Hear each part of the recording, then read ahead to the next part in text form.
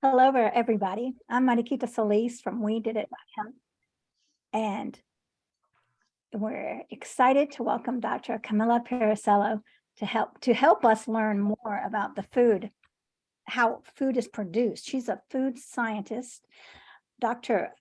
Camila is working with us in a six-part series, and this is episode 2 of her 6-part series on food engineering.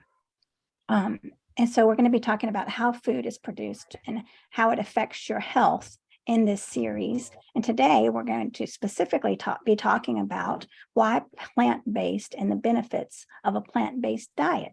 So thank you for joining us. And Dr. Camila, please, we're just very grateful that you could be here because it's our mission at We Did It Health to inspire people and to really lead the way with great communication and kindness and bring about a real big change in this plant-based whole food vegan world. So thank you, Dr. Camila, for being here with us, and tell our viewers a little bit about yourself, please. Yeah.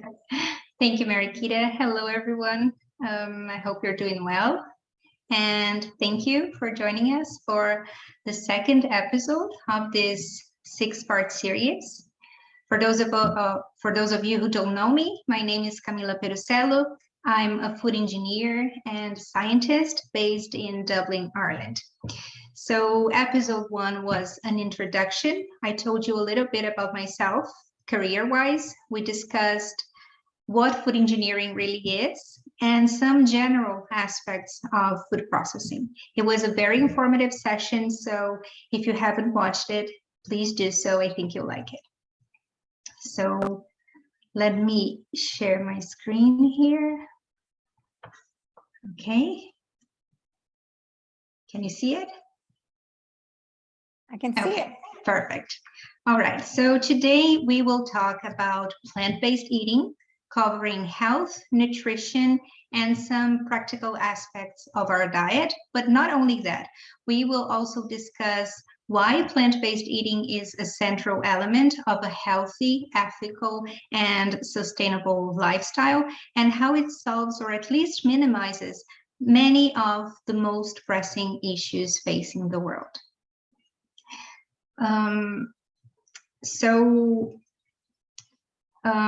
One thing that frequently concerns me about food and nutrition is that people tend to obsess over details and forget to look at the big picture. I see many online articles and interviews about the health benefits of specific nutrients and single food products, which is a great thing if they are based on sound science.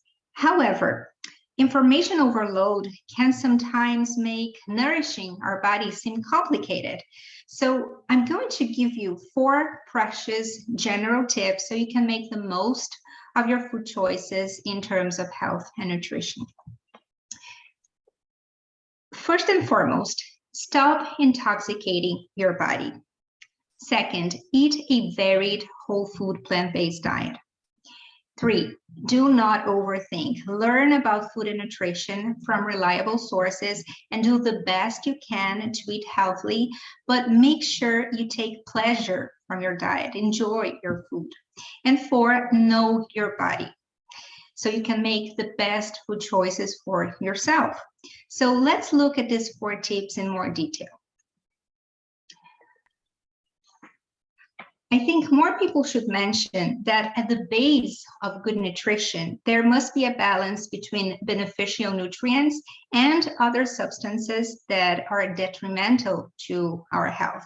So stopping intoxicating your body means ideally removing or at least minimizing animal products, reducing refined sugar, salt, alcohol, and junk food, and of course, hydrating.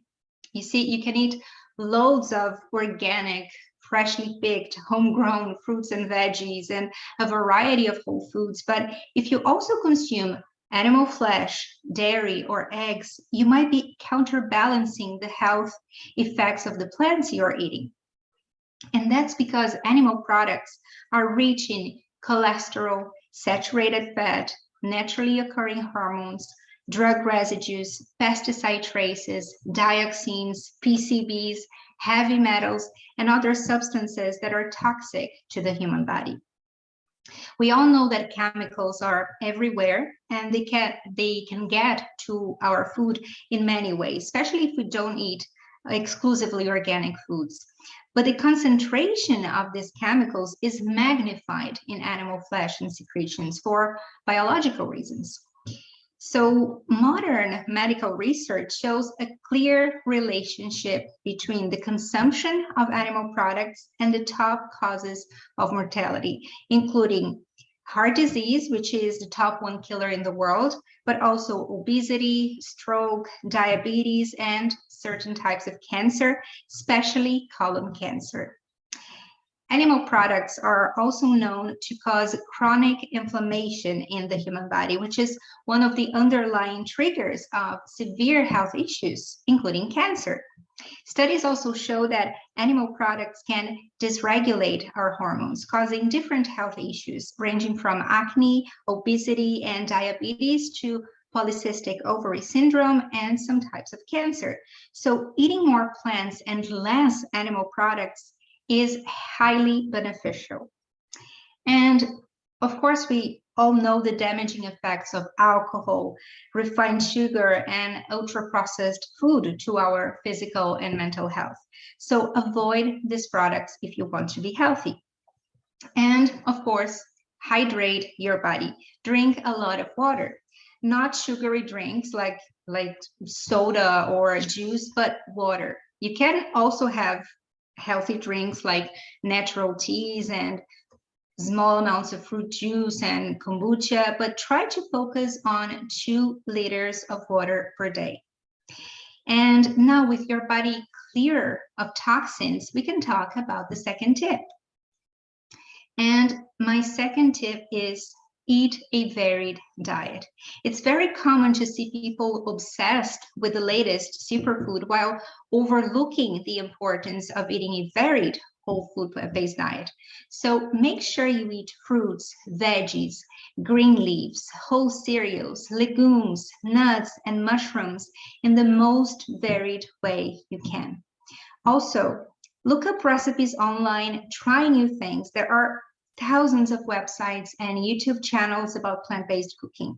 I know we're all busy, but with time you'll see for yourself that cooking with plants is much less time demanding and cheaper than cooking with animal products. So vary your foods and avoid going for the very same few items every day. This also prevents your diet from becoming boring.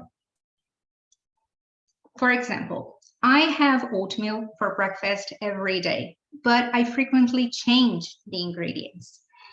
Those are pictures I took myself. I always add around 7 types of fruit and around 3 types of nuts and seeds to my oatmeal every morning. And by the way, these bowls in the picture are much bigger than you think.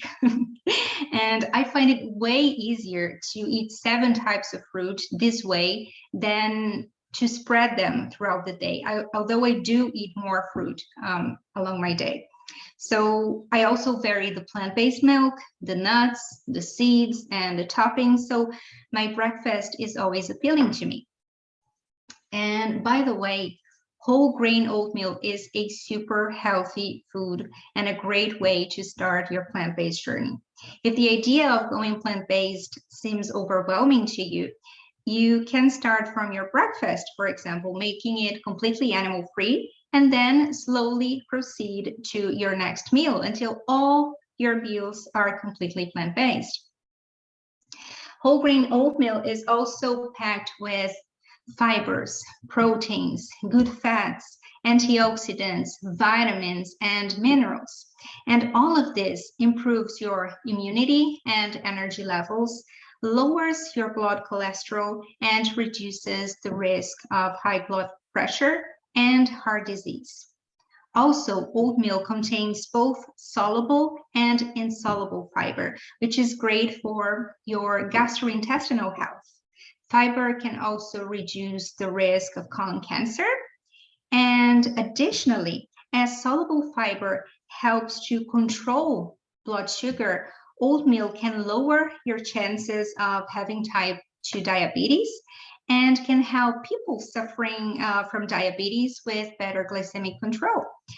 And a bonus is that oatmeal makes you feel full for longer due to the soluble fiber, which helps you avoid overeating later in the day. But make sure you buy whole grain oats with no added sugar. So that is a practical example to show that even if you have the same type of meal every day, avoid sticking to the very same foods so you ingest the widest range of nutrients possible. Also, try to vary the foods you eat in different meals. So if you had, for example, wholemeal pasta for lunch, try something different for dinner. For example, a rich meal full of veggies, preferably raw or minimally cooked, whole cereals, seeds, and a good source of protein. In the picture, we have tofu and chickpeas as protein-rich options. So there is absolutely no need for meat and fish in terms of protein intake. Legumes such as beans, lentils, peas, and soy products like tempeh and tofu are very rich in proteins and also other important nutrients like iron, zinc, fiber, and phytochemicals too. So don't worry about protein in a plant-based diet. My third piece of advice is don't overthink. Do your homework about nutrition, but don't obsess over details. For example, specific nutrients, eating 100% organic, or the number of calories. Of course, if your goal is to lose weight or even gain weight, tracking your calorie input is important. But calorie intake is only part of it when it comes to weight management and overall health. For example, our gut microbiota, or the microorganisms living in our gut, modulate nutrient absorption and affect our energy levels, immunity, metabolism, and even our mood. So if you eat a varied whole food plant-based diet, you are most probably ingesting all the nutrients you need, and you're feeding your gut microbes properly too. Now, when it comes to specific essential nutrients, for example, omega-3 and omega-6, it's important to know that the ratio between these two essential fatty acids matters. The ideal ratio between omega-6 and omega-3 is 1. So this will result in improved brain function and protective cardiovascular effects. However, today, most people eat a lot of omega-6 and not enough omega-3. For perspective, the average ratio in the Western world is 16 grams of omega-6 per gram of omega-3. And this imbalance can be inflammatory to your body and detrimental to your overall health. However, the tricky thing is that many healthy foods that are high in omega-3 are also high in omega-6, for example, walnuts and cashews.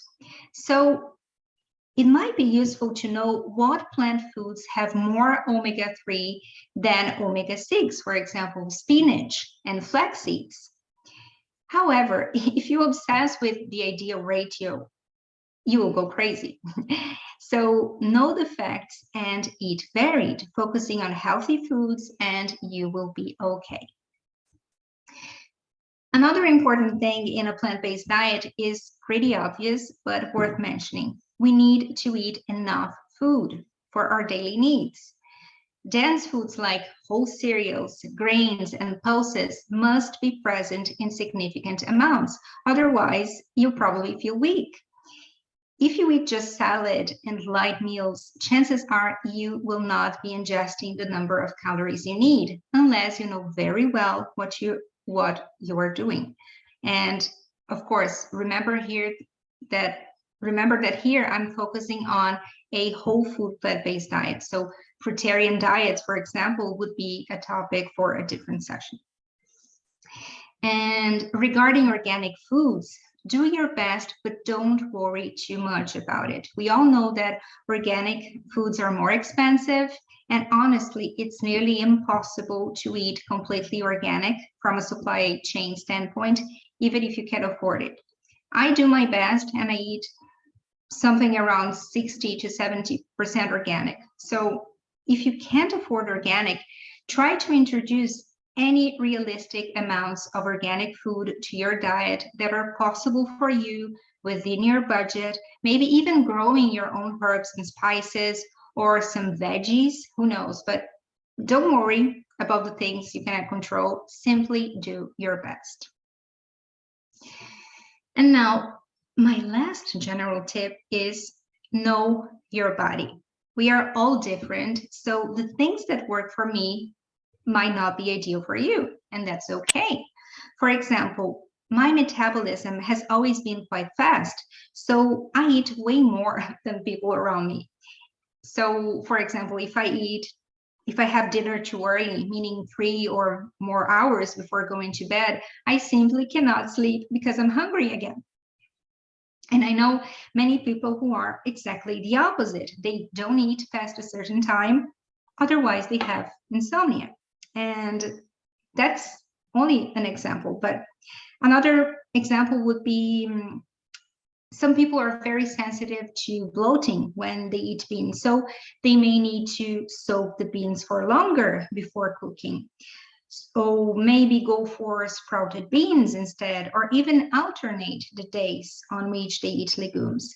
So pay attention to your body, especially if you're going plant-based and are experimenting with different things.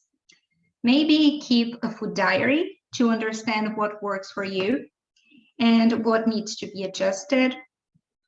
And of course, a third example is food allergies and intolerances. We all know that, for example, in patients with celiac disease, gluten triggers a strong immune reaction that causes severe gastrointestinal symptoms.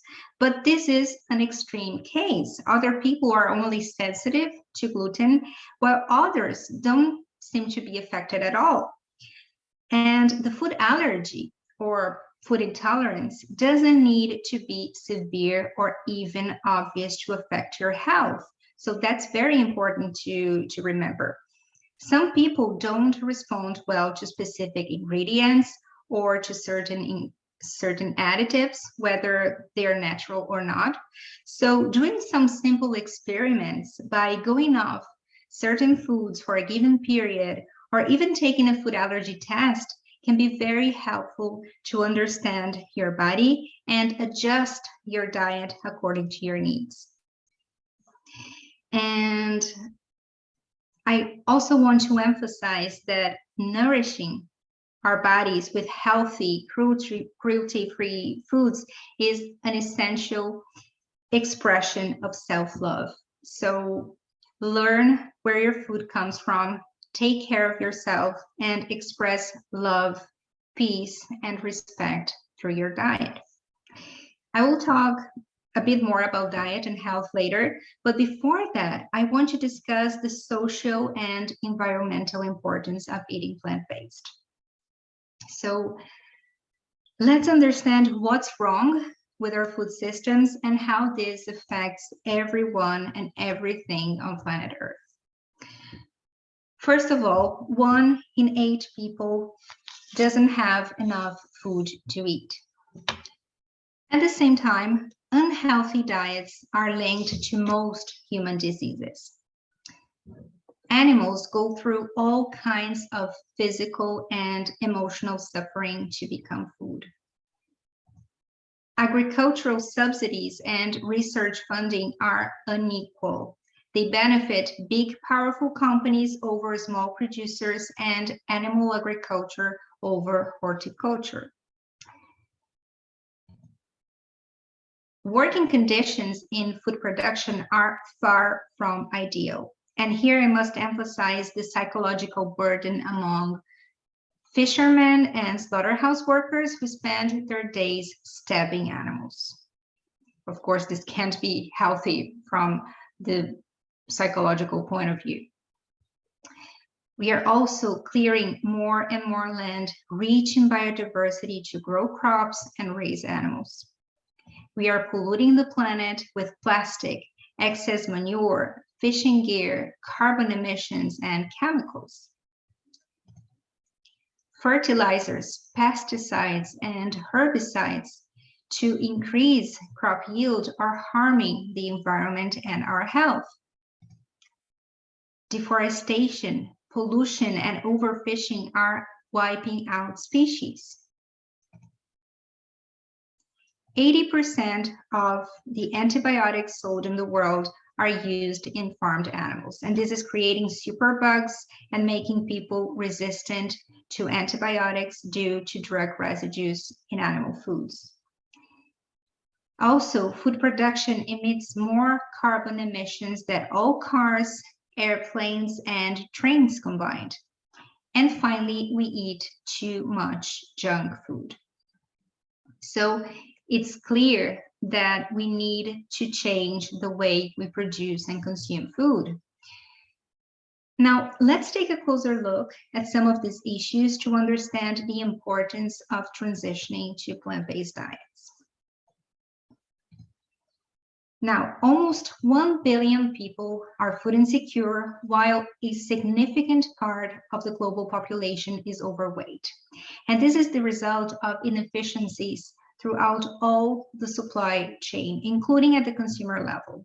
And waste plays an important role here. 30% of the food produced is thrown away.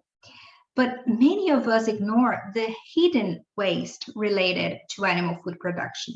Animal foods are incredibly resource intensive in terms of everything: land, energy, water, and so on. So animal products are not an efficient way of feeding people. Think of a machine, for example. No machine can convert 100% of the energy injected into work. That would be a perfect machine, which doesn't exist in real life. Much of the energy injected into the process is lost as noise, unwanted heating, and so on.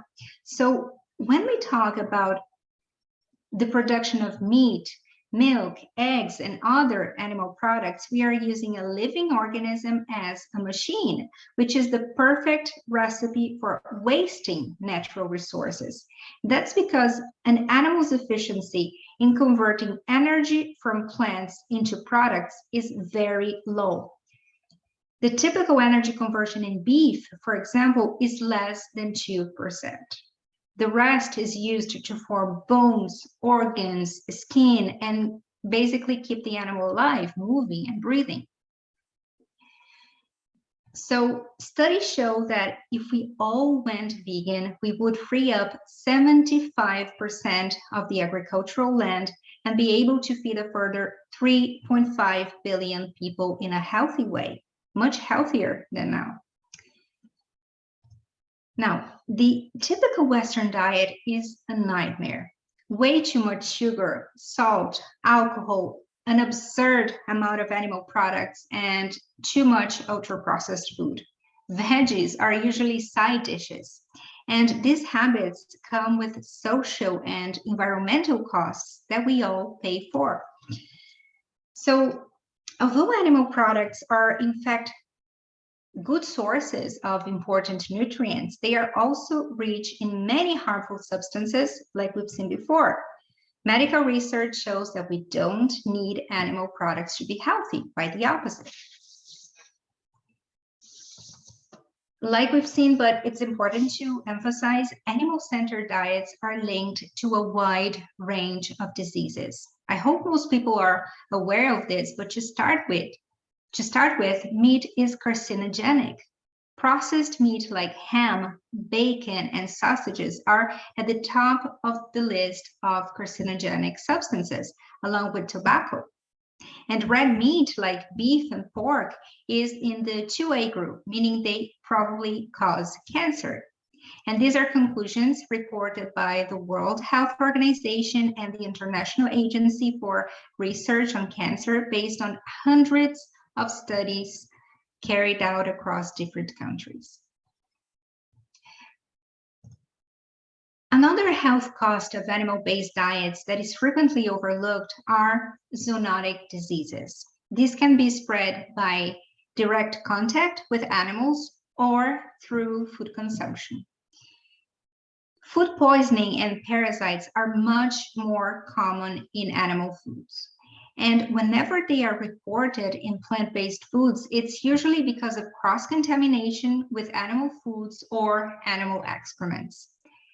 On top of that, many zoonotic diseases can escalate into epidemics like avian flu and swine flu, or even global pandemics, for example, COVID-19. The big irony is that even though animal foods are unnecessary and unhealthy, trillions of vulnerable, innocent creatures are used and killed to become food every year.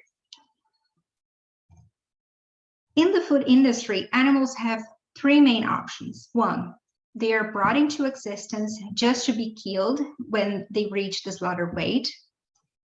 Second option, they are captured in the wild and killed. Or third option, they are bred, used, and killed when no longer profitable. For example, dairy cows and egg-laying hens. In 2022, it's really difficult to justify this. And no, animal welfare regulations are not enough to spare animals from suffering. Also, organic, free-range, and local farming do not improve things significantly. Eating local animals doesn't help animals, right? So there is no place for the use and exploitation of sentient beings in a society that fights for peace and justice. So I invite you to read my latest book called Food for Thought, Planetary Healing Begins on Our Plate, where I explain all of this in detail. This book is an exhaustive work of research based on my professional experience as a food engineer and scientist, around 800 peer-reviewed references, interviews with industry experts, and undercover investigations in animal farms across the world. And by the way, all the sources for the topics covered in this presentation are found in the book. So animal agriculture is also the #1 cause of global deforestation, which includes land deforested to become pasture and areas used to grow animal feed. And fish farms also contribute to deforestation as they use crops to feed the animals. In addition, animal farming and fishing are the leading causes of biodiversity loss. For perspective, for every 1 kilogram of fish caught in the oceans, several kilograms of animals with no commercial value are caught by accident and are discarded, either injured or dead, including fish, but also sharks, turtles, marine birds, etc. Animal agriculture is responsible for a big share of carbon emissions, which come from three main sources: deforestation for animal farming purposes, the metabolism of ruminant animals, and animal waste.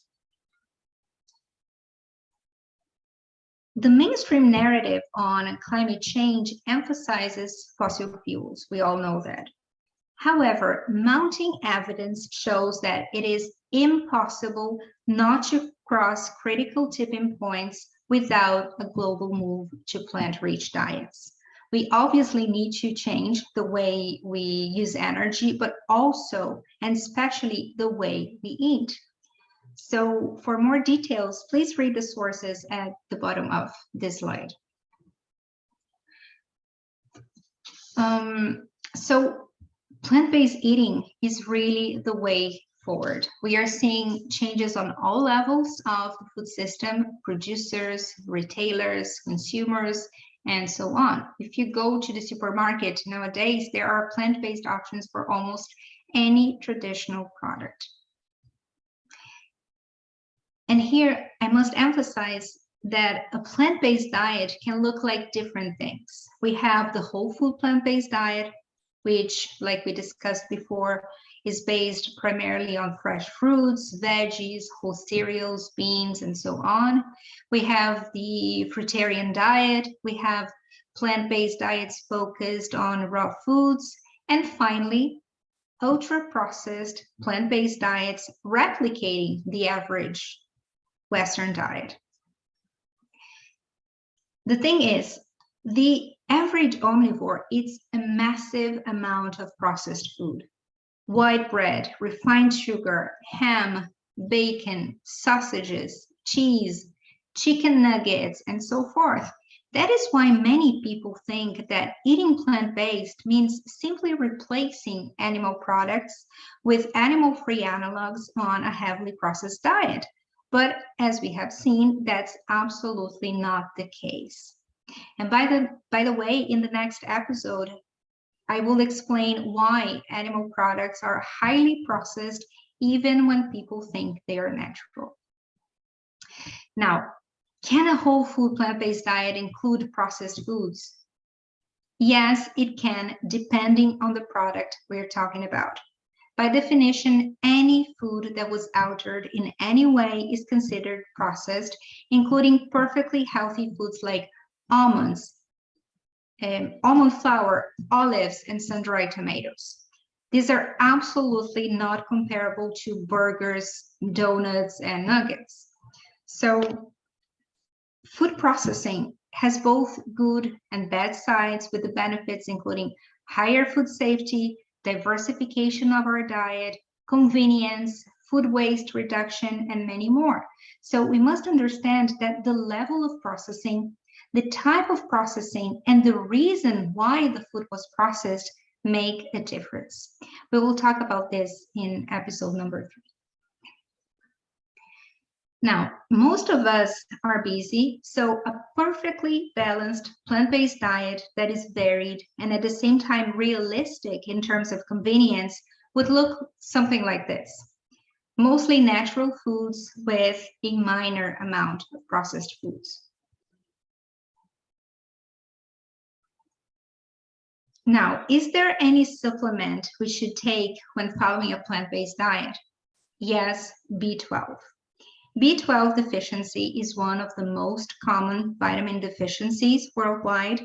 It affects both vegans and non-vegans, but people following a plant-based diet are at higher risk because B12 is produced primarily by microorganisms, which live in the soil and to a lesser extent in the intestine of humans and other animals, especially ruminants like cows and sheep.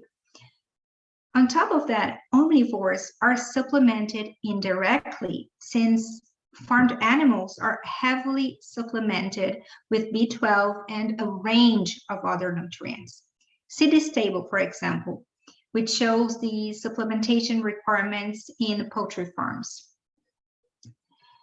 So B12 is essential for maintaining our energy levels and brain health. So it's important to supplement, especially people who follow a plant-based diet, pregnant women, breastfeeding women, and people over 60. Now, the benefits of eating plant-based are widely reported in the scientific literature. Research shows that balanced whole food plant-based diets boost immunity, reduce the incidence of communicable and non-communicable diseases, decrease all-cause mortality, and can even reverse some common diseases. For example, diabetes. For those who are interested in learning more, I highly recommend a book called Eating Plant-Based: Scientific Answers to Your Nutrition Questions. This book was written by 2 physicians, 2 oncologists, and they lay out a vast amount of evidence-based nutrition guidance in a question and answer format using plain language. So that's a really good resource for learning about health, diet, and health. In addition, in Food for Thought, there is a whole chapter where I give practical tips on how to become plant-based easily and gradually. I also talk about the health benefits you should expect based on scientific evidence and the challenges you might face, for example, peer pressure.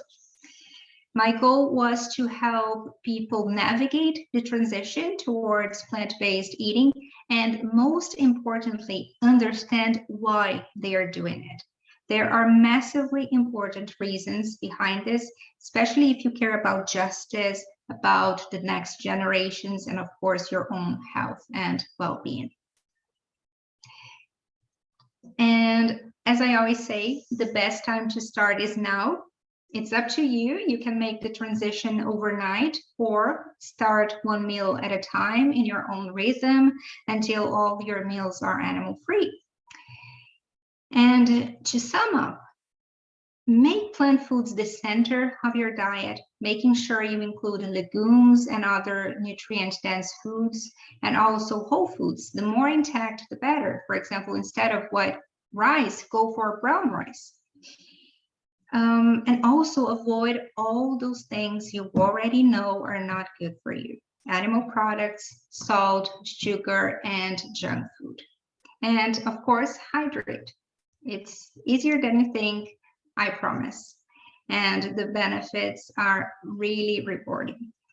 So in the next episode, we will discuss the pros and cons of food processing and the impact of processed foods on human health.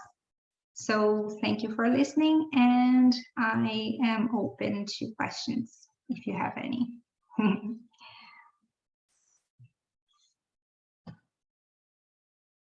Thank you. Let's see. Yes, go ahead, y'all. I do have some questions, but feel free to, let's see, if you could, if you could just close the screen so we could. Oh, yeah. The sharing. Hello, Camila. There we go. Hi. Hi, Martha. Hello. Hi. How are you? Listen, I'm good. I'm good. Thank you for presentation. It was very informative. Thanks so much. Thank you. So, Camila, I have a question regarding sugar. Yes, I always was wondering if there is any difference between the white sugar and the brown sugar. Okay. If you could explain a little bit. Okay, Thank that's you so a great much. question. So yeah, brown sugar and white sugar are very similar from a nutrition point of view. They both come from either sugar cane or sugar beets and are mainly composed of fructose. So the difference is that white sugar they are mainly composed of sucrose. So the difference is that white sugar is 100% sucrose, while brown sugar is 95% sucrose and 5% molasses. And molasses is the byproduct of the refining process of sugar, which contains very small amounts, trace amounts of some minerals. So both white and brown sugar causes sugar spikes in the blood and all sorts of related medical issues like diabetes, obesity, liver damage, and an increased risk of heart disease. Now, that was from the nutrition point of view. From the food processing point of view, white sugar is more refined than brown sugar because it undergoes further processing, further bleaching to make it white. And also white sugar has all molasses separated from the sugar crystals. And the whole process of producing sugar relies on a lot of heat treatments and also chemical substances, for example, sulfur dioxide. So if you want to go for the least processed, brown sugar is slightly better.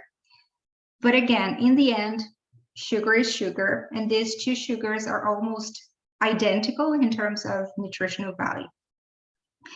it's not the end of the world to eat a slice of cake now and then, but ideally we should all avoid sugar. And also because overconsumption of sugar have addictive effects on the brain. So let's avoid it whenever possible. Super, thank you so much. Thank you.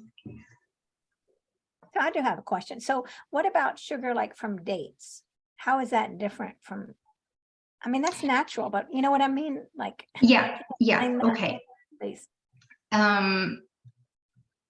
Fruits are high in fructose.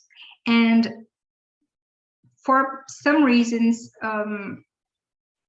sugar from fruit doesn't have the same effect on our body as sugar like fructose, sucrose, or high fructose corn syrup. These are all isolated forms of sugar. So these have a different effect in terms of sugar spikes in the blood. So dates are different because depending on the process, they are mostly, most dried fruits are only dried. They don't have added sugars. So if this is the case, so we shouldn't worry about fructose in fruits. So there's no problem at all. And also because fruits are rich in many other nutrients, vitamins, minerals, fibers. So it's not at all the same thing eating fruit versus eating sugary foods. Thank you. But that's a very common concern. Many people avoid eating fruit, especially dried fruit, because of the high concentration of sugar. And yeah, I just remembered something. And if you have to choose between fresh fruit and dried fruit, of course, go for fresh fruit, because every time you dry a product, you're concentrating the nutrients, and this includes concentrating the sugars. So in terms of calories, of course, eating a dried apricot it's much more, this has much more calories than eating fresh apricots. So yeah. Thank you. I'm looking at Fernando's question. Well, he's saying, very interesting presentation. Should we avoid processed oils? What oils should we choose? Yeah, so all oils are loaded with obviously fats and calories. So they should be used in moderation or not at all, although some of them do offer health benefits. However, there are big differences in the lipid profile of different oils. So it's important to specify what oil we're talking about. So for context, research shows that unsaturated fats, especially polyunsaturated fats, are beneficial in lowering bad cholesterol, while saturated fats and trans fats are detrimental to our health because they have the opposite effect. They increase the risk of heart disease. So let me give you some examples, starting with olive oil. Olive oil is mostly made of unsaturated fats and only 10 to 15% saturated fats. And out of the unsaturated fats, around 10 to 12% is polyunsaturated fats, such as omega-3s and omega-6. And olive oil also has vitamins, for example, vitamin E, vitamin K, and polyphenols, which prevent cellular aging. So it's way better to use olive oil than animal fat, for example, in any form, butter, cheese, etc. But not using olive oil at all can be even better if you already eat plant foods that are rich in good fats and also other nutrients. Now, other oils that are also low in saturated fats and are healthier are canola oil, sunflower oil, and flaxseed oil. Flaxseed oil is very rich in omega-3. Although flaxseed oil is very heat sensitive, so it's not very good for cooking. It's better for salads and cold dishes. And then talking about bad oils, coconut oil is one I totally recommend avoiding because it's 90% saturated fats. Palm oil is also rich in saturated fats, in addition to being linked to deforestation and poor working conditions. So ethically, it should be avoided too, not only because of the nutritional aspect. And then one thing that people usually don't discuss is that the extraction method also makes a difference in terms of health properties, color, and taste of oils. So the extraction, refining, and clarification process can involve heat treatments and chemical substances too. So in general, more processed oils will retain less of the vitamins and the antioxidant compounds. So for example, extra virgin olive oil is a much better option than pure olive oil because it retains the polyphenols and the vitamins better. So if it's cold pressed, for example, or stone pressed, it's even better because these involve no heating or chemicals.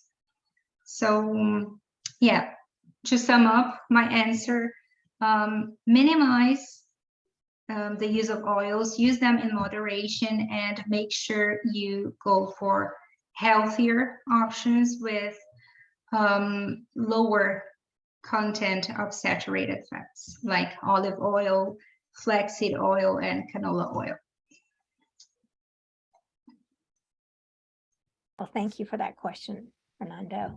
And so, but why do so many people? I have a lot of friends that like they tell me, oh, well, we only use coconut oil. Where did coconut oil? How did it become like such a big thing for people thinking it's so healthy? Yeah, I really don't know. I think it's because it comes from a fruit, and so people automatically think it's healthier than other types of processed oil, but it's not. Like I said, coconut oil and palm oil are not really good options. Well, And that's actually, I don't know about you, but I don't even like the taste of coconut oil for cooking. no, I don't cook with it either. With somebody I know that I talked to someone who worked at a whole food store for years, and I don't think she works there now, but she says that's all she uses, and she's so proud of it. I'm not, you know, I mean, Really? yeah, and I didn't want to. Of course, I don't know how to tell her, right? I don't have the science behind it. So, Yeah. but I think, wait a minute. Now you do. Now I do. Now you know. I do. Yes, and I wanted to May- ask. Go Yeah. ahead. No, I was gonna say that coconut oil is becoming also very trendy because of in hair treatment, as hair treatment. So many people are using, I don't know why, yeah, coconut oil as a hair mask. But then it's different. Yeah, it might be beneficial. I don't know. I haven't read any articles about it, so I wouldn't know. All right. Well, that's good to know too. When you were talking about the carcinogens in the processed meat, so Yeah. what's the difference between processed meat and not meat that's not processed? Or, you know. Yeah. Okay. By definition, unprocessed meat would be animal flesh that is not dried, cooked, that doesn't undergo any additional process after the animal is slaughtered and you separate muscle from the other parts of the animal. And then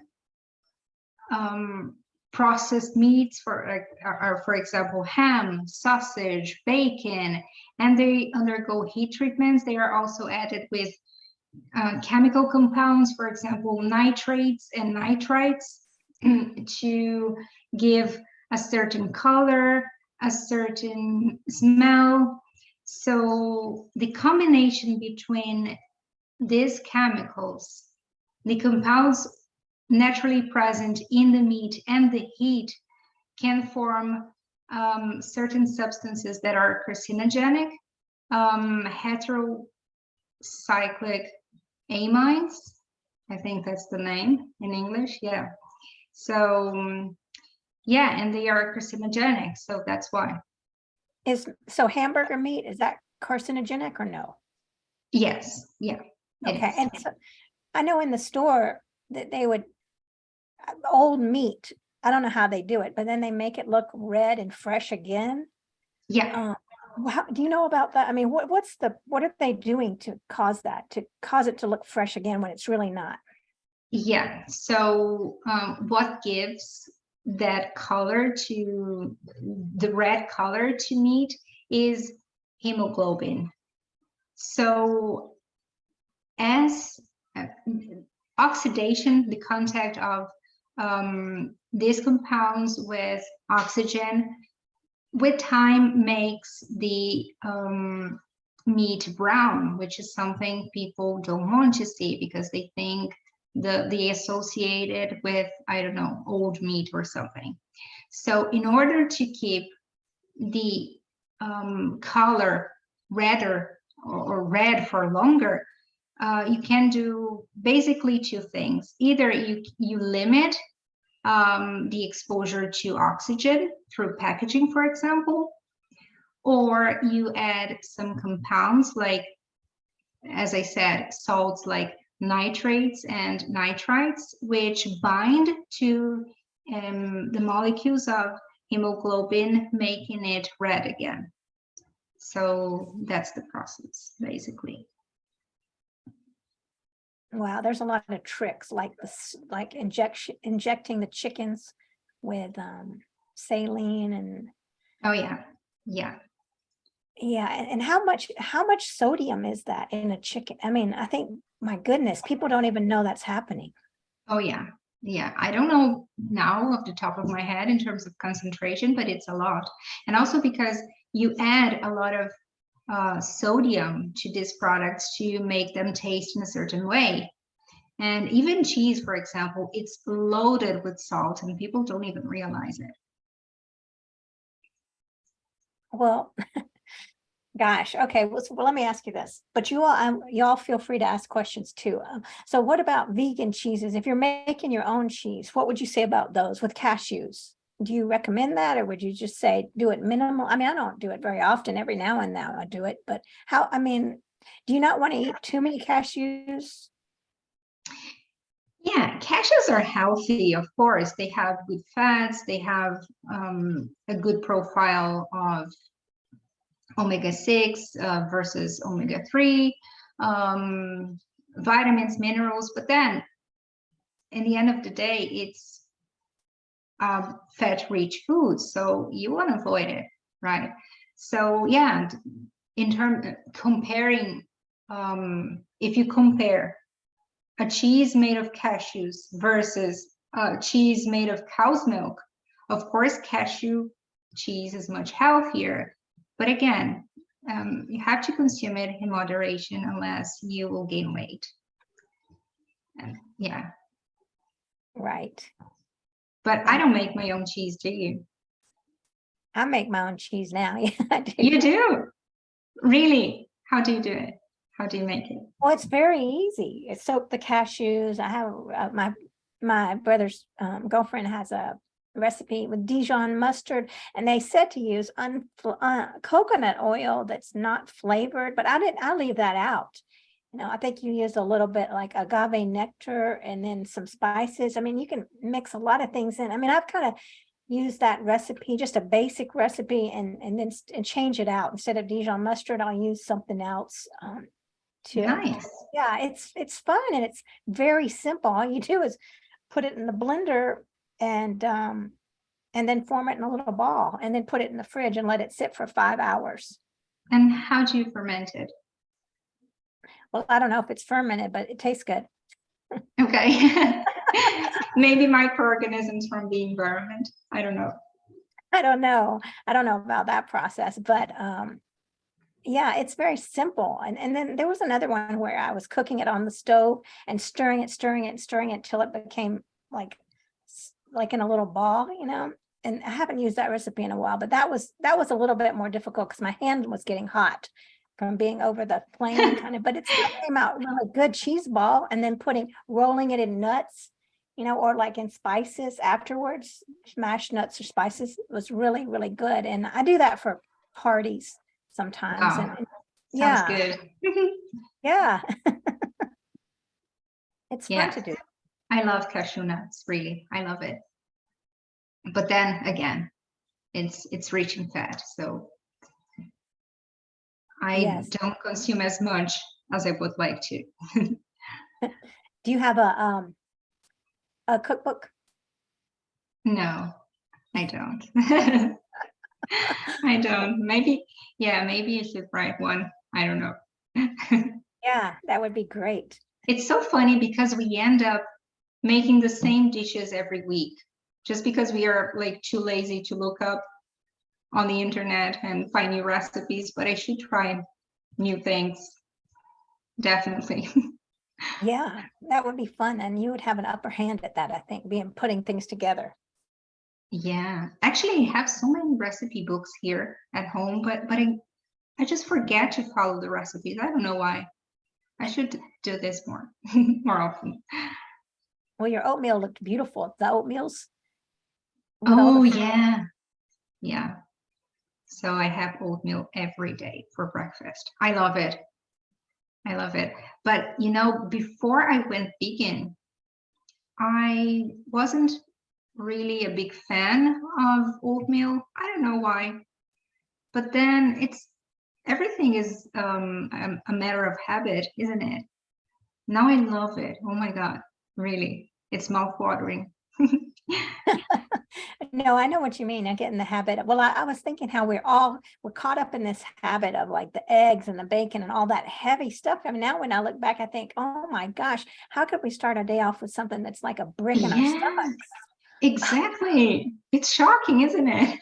It is shocking. And then we're eating that way, you know, especially the processed meats all through the day, our sandwiches and the heavy like sides with mayonnaise, potato salad, and all that heavy stuff. I mean, no wonder people are definitely, I mean, suffering. So yes, it's incredible.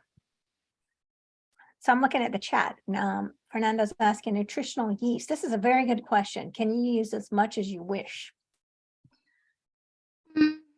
I never thought about it. Yeah, nutritional yeast is almost like, I don't know, it's such a specific product. Yeah, why not? I'm thinking here. It's rich in B12. It's a good source of vitamins. So I think you can. Why not? So it's not full of calories?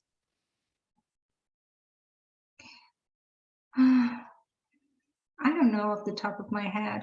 Maybe it is, but how much nutritional yeast can you eat in a meal? I mean, That's a good point. yeah. As topping on pasta, I find it delicious. It's so good. To replace, for example, grated cheese, it's really good, but I don't know, you can eat that much of nutritional yeast in order for it to be unhealthy. No, I don't think so. Well, I like that answer because I don't use it that much, but I forget about it. But it's really good. I like to put it on popcorn. Yeah. Oh yeah, popcorn. That's good. Mm-hmm. I think I eat popcorn once a year, really. But yeah. You won't use much of it then. You're right. Yeah, exactly. But I'll try that. Popcorn with nutritional yeast. Good idea. Yeah. So let's see, are there any more questions? I know we're coming up to the end of the hour. I'll give you all a chance.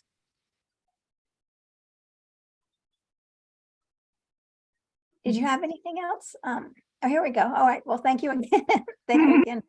Yes, this has been very informative. And so you said that the slides, all the images that you had were to get your book. And what was the name of the book again? Sorry, I didn't The hear name you. of, oh, the images in there with all the statistics are in your book? Which statistics, which images? Sorry. Oh, I thought you were saying that we would be able to see all the facts in your book. Or Oh could we- yeah, all the references.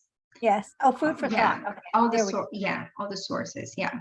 The name of the book is Food for Thought: Planetary Healing Begins on Our Plate. Of course, not all images that are presented here are in the book, but all the facts, the sources, the references are in the book.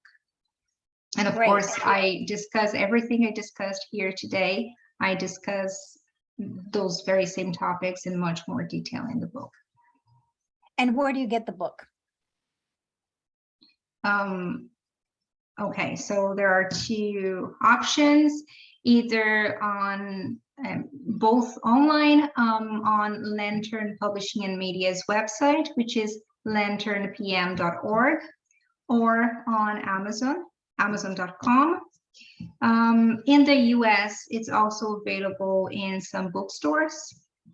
Barnes and Nobles, for example, is one of the options. Yeah, I think those are the main options.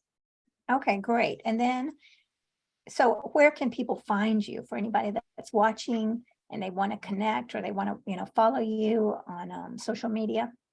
Yeah, so I have a website, which is my name, camilaperussello.com. And I'm also on social media on Facebook and Instagram with my name. And yeah, you can also email me with any questions if you have any questions and you aren't here today live to ask me these questions. It's hello@camilaperussello.com. Wonderful.